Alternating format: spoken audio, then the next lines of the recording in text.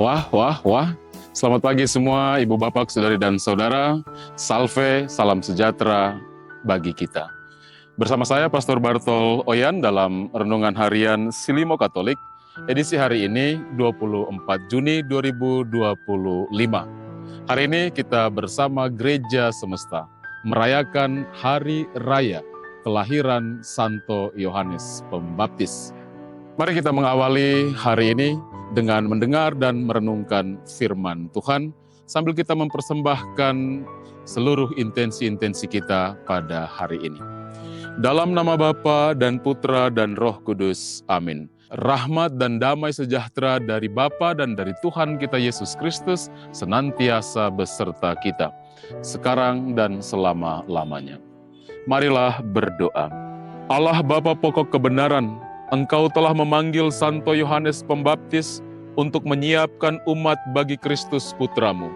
Gembirakanlah umatmu dengan kelimpahan anugerah roh, dan arahkanlah hati semua orang beriman pada jalan keselamatan dan damai. Dengan pengantaraan Yesus Kristus Putramu Tuhan kami, yang bersama dengan Dikau dalam persatuan Roh Kudus, hidup dan berkuasa, Allah sepanjang segala masa. Amin. Mari kita siapkan hati kita untuk mendengarkan sabda Tuhan. Tuhan bersamamu. Inilah Injil suci menurut Lukas.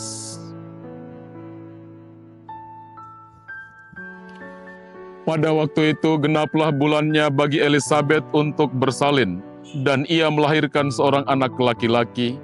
Ketika para tetangga serta sanak saudaranya mendengar bahwa Tuhan telah menunjukkan rahmat-Nya yang begitu besar kepada Elisabet, bersukacitalah mereka bersama-sama dengan dia.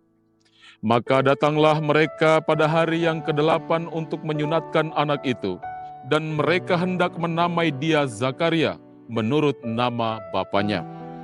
Tetapi Elisabet ibunya berkata, "Jangan, ia harus dinamai Yohanes."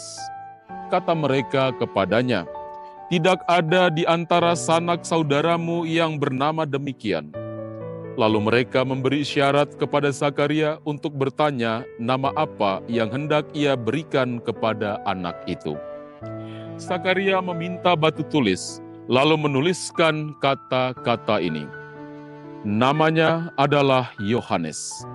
Dan mereka pun heran semuanya.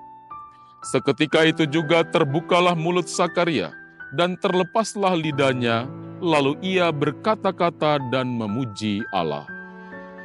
Maka ketakutanlah semua orang yang tinggal di sekitarnya, dan segala peristiwa itu menjadi buah tutur di seluruh pegunungan Yudea. Semua yang mendengarnya merenungkannya dan berkata, "Menjadi apakah anak ini nanti? Sebab tangan Tuhan menyertai dia."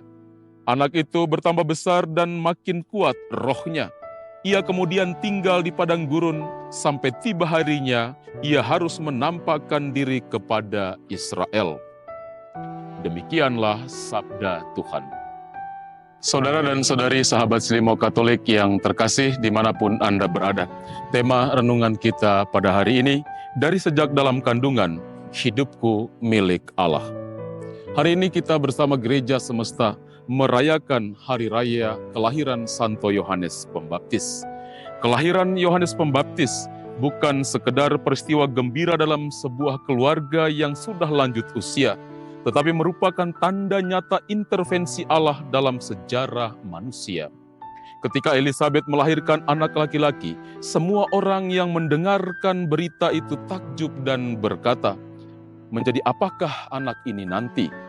Pertanyaan ini menunjukkan bahwa sejak awal kehidupan Yohanes memiliki arah yang telah ditentukan Allah. Melalui kelahirannya yang ajaib ini, kita diajak untuk merenungkan bahwa tidak ada yang mustahil bagi Allah.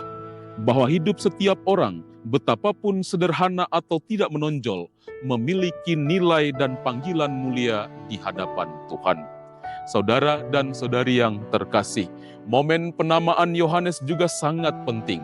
Nama Yohanes bukan berasal dari kebiasaan keluarga, melainkan dari perintah Allah melalui malaikat.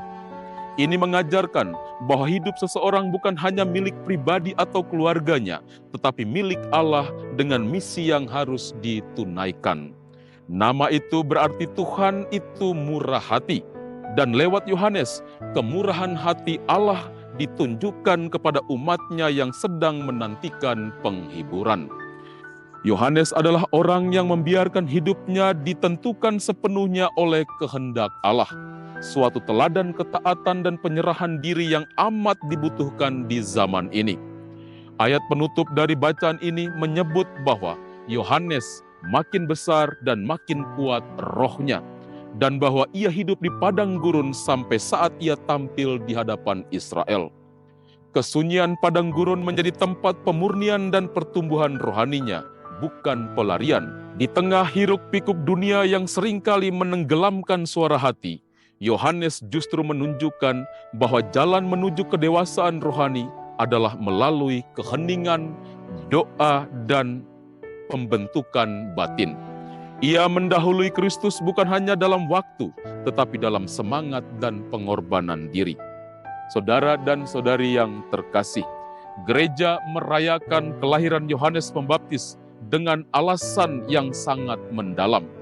Secara teologis, Yohanes adalah nabi terakhir menjadi jembatan antara nubuat lama dan kedatangan Sang Mesias.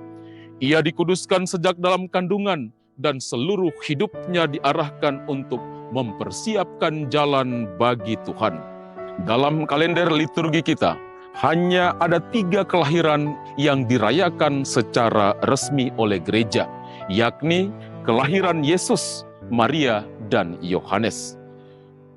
Hari kelahiran Yohanes dirayakan pada 24 Juni, tepat 6 bulan sebelum Natal, sesuai kesaksian Injil bahwa ia lahir 6 bulan sebelum Yesus.